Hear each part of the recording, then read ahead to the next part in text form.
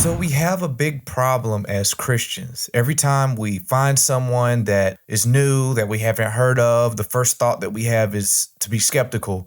And it's a good thing to be cautious because they say something that you haven't heard before, or they say something that you don't agree with. We don't have the right to then write them off as a false teacher, as a false preacher, as someone who cannot add value to our lives, as someone who we can't get anything from. So I encourage everyone to not be so disagreeable, because Christians nowadays are very disagreeable and we cannot come to a conclusion on things because we want to stay on our side. We want to believe what we want to believe, and we feel as if we can't get any value out of anyone that says anything that we don't agree with.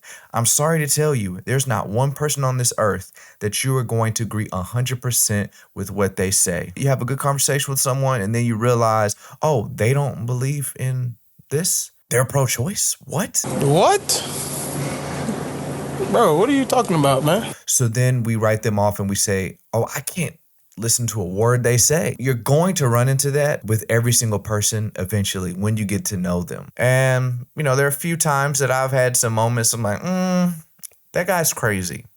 The whole spit spat thing Mike Todd did. I was ready to write him off as a false preacher. I don't want to hear nothing you got to say because that is disgusting. He has some very valuable things that he says. Joel Osteen, everybody wants to say he's preaching the prosperity gospel. But then a lot of our preachers will preach the poverty gospel. Is that really a whole lot better? It doesn't mean that because he's preaching the prosperity gospel that everything he says is now not biblical. But you just have to understand the intentions behind these people. So what did we learn, class? Do not be a disagreeable Christian. Don't be biased.